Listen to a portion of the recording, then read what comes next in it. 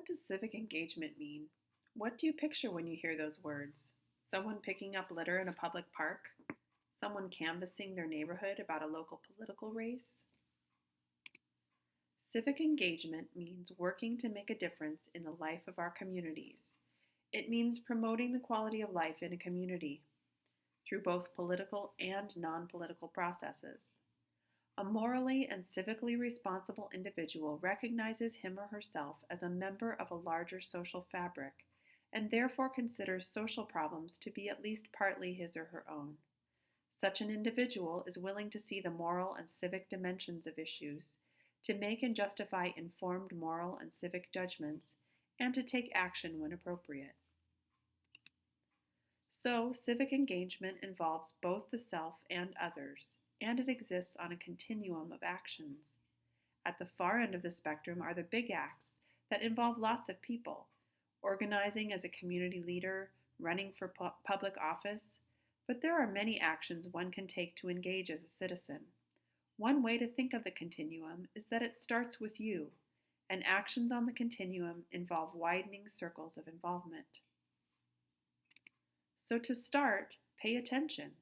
Read local news, talk with friends and classmates about issues, join a Facebook discussion group. You could even argue that attending college is a type of civic engagement. You're learning about communities, politics, history, and systems that impact society and create inequities and injustice. Actively seek out information. Use your course assignments to pursue research in topics that matter to you, your community, and our world. Subscribe to blogs and Facebook groups related to issues that matter to you. In this course, the research and reading you do falls under this category. Then talk and network with others. Join groups, participate in meetings, sign petitions, ask questions. Our discussions in this course, the work that you do in your journal, as well as some of the communication you do at your internship or volunteer work would fall under this category. Then you can start spreading the word. This kind of engagement involves communicating in more public or formal ways, such as writing letters or lobbying politicians, initiating petitions, or actively participating in meetings or campaigns.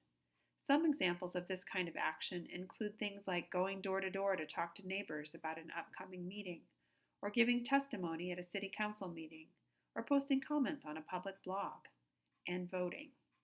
You may have some opportunities to do this kind of outreach as part of your work with your community partner this term. Next, we have hands-on help.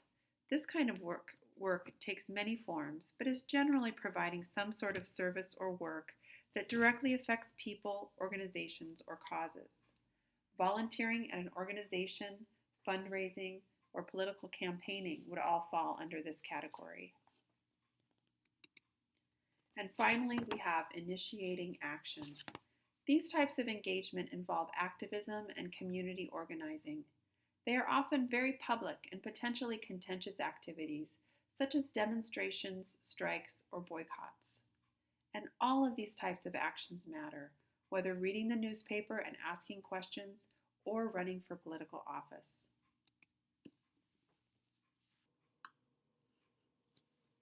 So this is a picture of the continuum of civic engagement as it relates to the work you'll do in our course. On the far left, you can see apathy and inaction and cynicism. And then starting on the continuum is that first step of paying attention, finding out what's going on in your community. So the course readings and activities that we'll do in our course fall under that category. Next is the category of talking and networking. Our VoiceThread discussions and our journals fall under that category. Then the circle widens and we get to spreading the word. Our course blog, where you'll post our course slideshow, is an opportunity for us to start telling people outside of our course about what we're doing in our community internships and volunteer placements. And also our VoiceThread discussions are another place where we can spread the word. Those are public discussions, and they might be used in the future for other students to see what we're doing in our courses. And then we have hands-on help, and that's where your community service that you're doing at your volunteer placements or your internships come come into play. And then this just gives an example of some of the other things that fall under these categories that you might do as part of this class, but that you might do in the future when we talk about what you'll do to continue your engagement in your community. These are just some ideas of other things you might do. So under paying attention, just doing research and reading related to things that interest you in your community. Things like watching TED Talks on the internet, or looking at documentaries on Netflix that relate to a social change issue that matters to you. Under talking and network, things like attending events or meetings, or joining Facebook groups, or getting on committees, or joining organizations. Under spreading the word, things like writing letters to public officials, posting comments on public forums or blogs, signing petitions or initiating petitions, doing fundraising, voting, giving testimony. Then under hands-on help, there's more volunteer work and grant writing. And then under initiating action, going to protests, organizing groups, demonstrating, running for office, creating your own movement. These are all just a few of the things that you can do to be engaged in your community and to be a good citizen.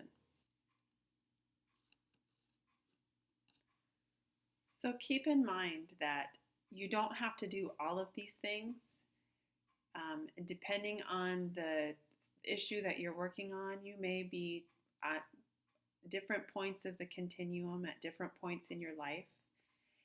We're not all striving for the same goal of the same level of participation, and every part of the continuum matters. Any action on the continuum is important. But the important thing is just to stay engaged.